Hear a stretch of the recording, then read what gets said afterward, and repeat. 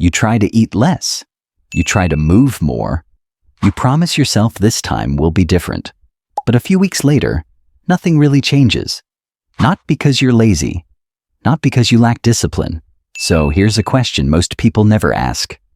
What if the problem isn't what you're doing, but how your life is designed? Because there's a country where people don't count calories. They don't spend hours in the gym. They still eat rice, noodles, and snacks almost every day. And yet, obesity there is almost non-existent. So what's actually going on? Is it genetics? Is it some secret diet no one talks about? Or is it something far more ordinary and far more powerful? What if staying slim had less to do with motivation and more to do with habits so subtle you barely notice them? Habits that don't feel like effort. Habits that don't feel restrictive. Habits that quietly shape how much you eat, how often you move, and how your body responds, without you fighting it. Today, we're breaking down the everyday habits that make staying slim feel almost effortless in Japan. Not rules, not extreme routines, just small, invisible choices that change everything over time. Habit 1. Move naturally, not working out. Here's something that surprises most people. The Japanese don't exercise the way the rest of the world does.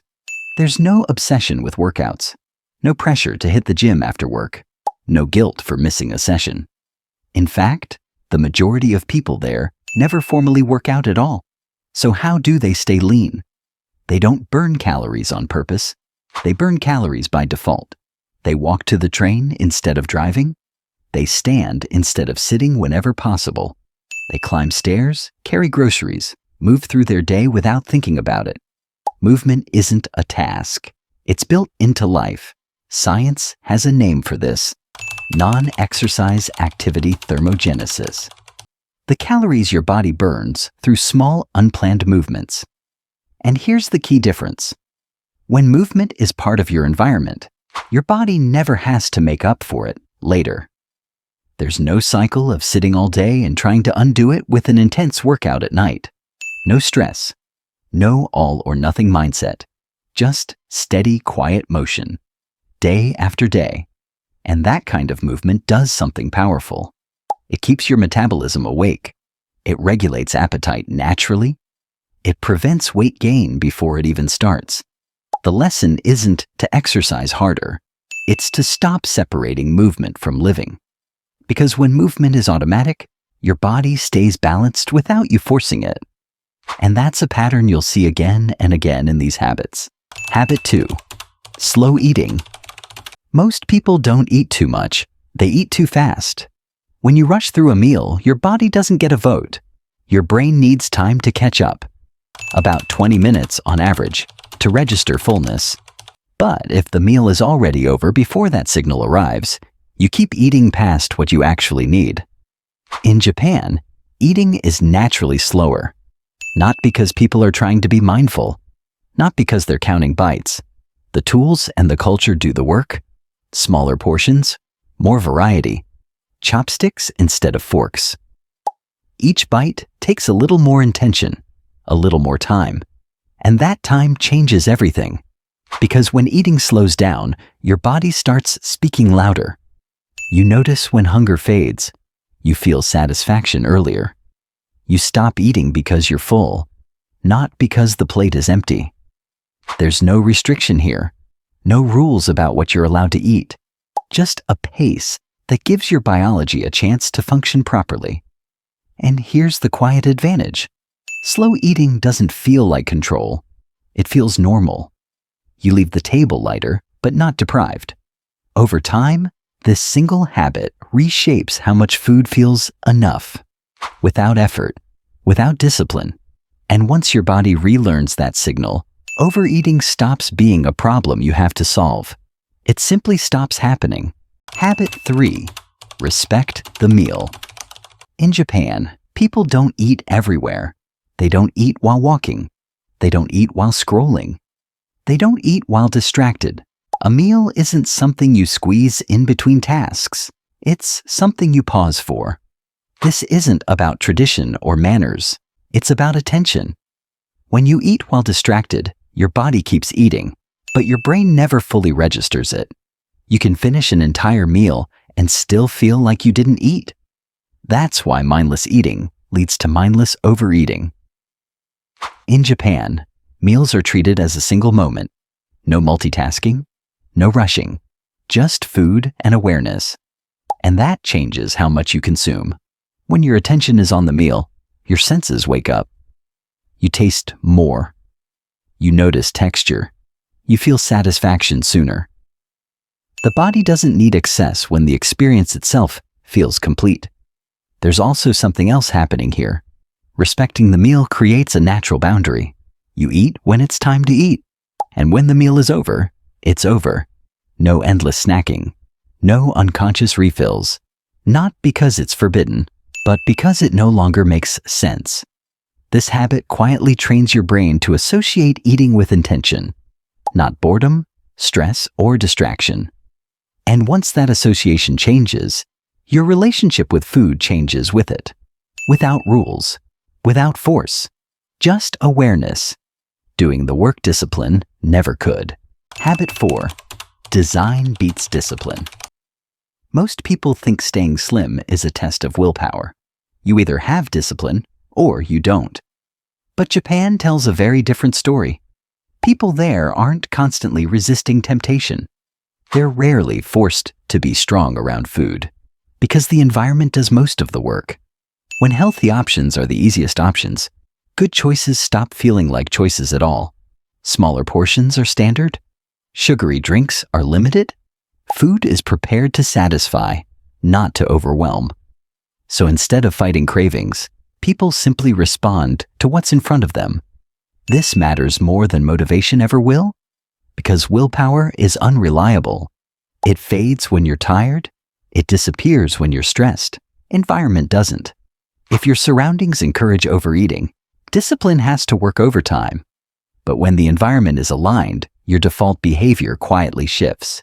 You eat less without trying to eat less. You move more without planning to move more. You stop negotiating with yourself. And that's the real advantage. The Japanese approach doesn't ask people to be better. It asks them to live in a system where better behavior happens naturally. No pressure, no constant self-control, just a life designed in a way that keeps the body in balance. And once you understand this habit, you start to see why so many diets fail. They try to change the person without ever changing the design. Habit 5. Portion control without pain. Most people think eating less automatically means feeling deprived, smaller meals, lingering hunger, constant restraint. But in Japan, portion control doesn't feel like control at all. Meals are served in smaller bowls, plates are modest, and instead of one large dish, there's variety. Rice, soup, vegetables, fish, different textures, different flavors. And here's what's interesting. Your brain doesn't measure food by calories. It measures it by completion. When you finish what's in front of you, your brain registers the meal as done. Psychologists call this unit bias. We feel satisfied when a unit is finished, not when our body actually has enough. Japan quietly works with that bias instead of fighting it. Smaller units, more variety, a sense of abundance, without excess. So people stop eating because the meal feels complete, not because they're forcing themselves to stop. There's no counting, no guilt, no feeling of restriction, just portions designed to match what the body actually needs. Over time, this resets expectations. Large portions stop feeling normal. Smaller amounts feel sufficient. And once that shift happens, overeating no longer feels tempting. Not because food is limited, but because satisfaction arrives sooner, quietly, naturally, without effort. Habit 6. Sugar awareness. Sugar doesn't announce itself. It slips in quietly.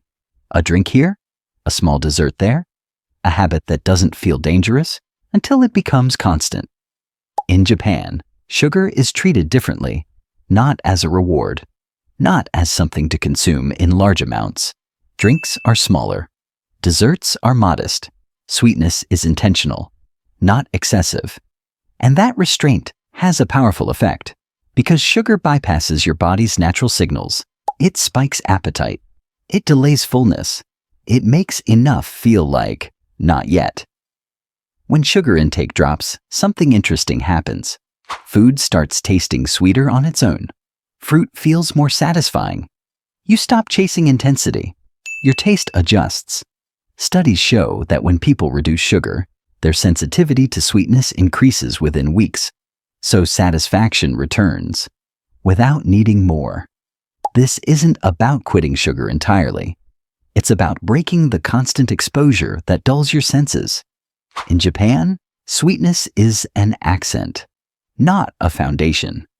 And when sugar stops dominating the diet, your hunger becomes more predictable. Your cravings calm down. Your body regains balance, not through force, but through awareness. Once sugar loses its grip, the rest of your eating habits become easier to manage, almost automatically. Habit 7. Structured eating. Most people don't just eat too much, they eat at random times. A rushed breakfast, a late lunch, snacking whenever stress shows up. Dinner that drifts closer to midnight. The body never knows what to expect. In Japan, eating has rhythm. Meals happen at roughly the same times each day. Morning, midday, early evening. Nothing extreme. Just consistent. And consistency changes how the body behaves. When meals follow a predictable pattern, your hormones follow that pattern too. Hunger rises when it's supposed to. Satiety arrives on time. Cravings lose their urgency. Because your body trusts that food is coming. When eating is chaotic, your brain stays on alert. It grabs whatever is available, often the fastest, sweetest option. Structure removes that panic. There's less grazing, less emotional eating, less late-night snacking that feels impossible to stop. Not because of rules, but because the body feels safe. This habit isn't about strict schedules or perfect timing. It's about giving your system a rhythm it can rely on. And once that rhythm is in place, discipline becomes quieter. You stop negotiating with yourself. You stop reacting to every craving. Eating becomes something you do on purpose, not something that happens to you. Habit 8. Healthy convenience. Most people assume convenience is the enemy. Fast food, packaged snacks, meals chosen because they're quick, not because they're good. But convenience itself isn't the problem. What matters is what has been made convenient.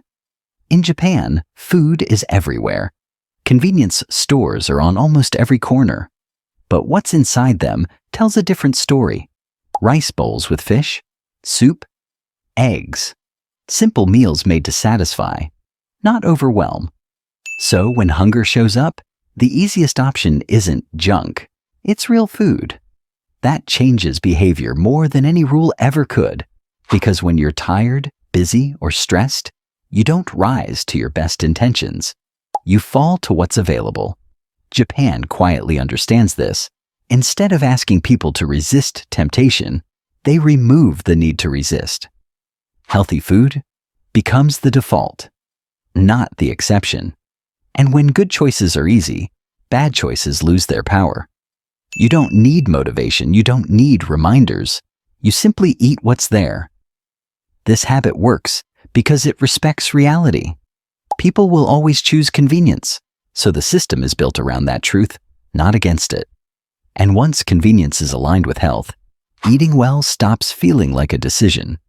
It becomes automatic. Habit 9. Train your taste buds. Most people think taste is fixed, that you either like healthy food or you don't.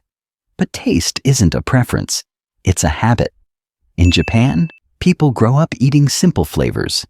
Rice, fish, vegetables, broth, nothing overloaded, nothing aggressively sweet or salty. So the brain learns a different baseline. What feels normal isn't intense, it's balanced. Over time, this changes what feels satisfying. Highly processed food starts to taste overwhelming, too sweet, too heavy, too much. This isn't about willpower. It's exposure. Your taste buds adapt to whatever you feed them consistently. When sugar and oil dominate the diet, subtle flavors disappear. But when real food becomes routine, your senses come back online. You notice nuance. You feel satisfaction earlier. You stop chasing intensity. And the shift doesn't take years. Even small changes, replacing one processed item at a time, begin to recalibrate what your brain craves. Slowly, quietly, your appetite starts aligning with your health. Not because you forced yourself to change, but because your taste evolved. Once that happens, eating well stops feeling unnatural. It simply feels right. Habit 10.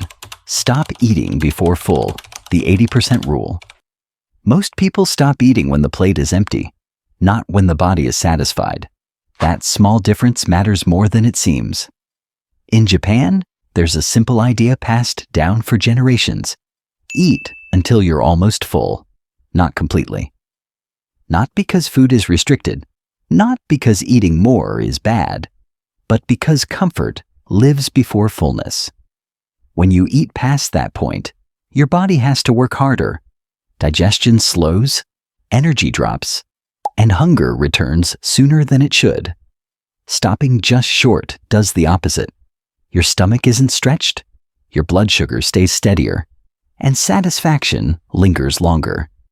What makes this habit work is that it doesn't rely on measurement. No calories, no counting bites, no rules to remember. You simply pay attention to the moment when eating still feels good, but no longer feels necessary. That moment arrives earlier than most people realize. And once you start noticing it, you don't feel like you're missing out. You leave the table comfortable, light, clear, not stuffed, not sluggish. Over time, this changes expectations. Full stops being the goal. Balanced does. And when that shift happens, overeating fades.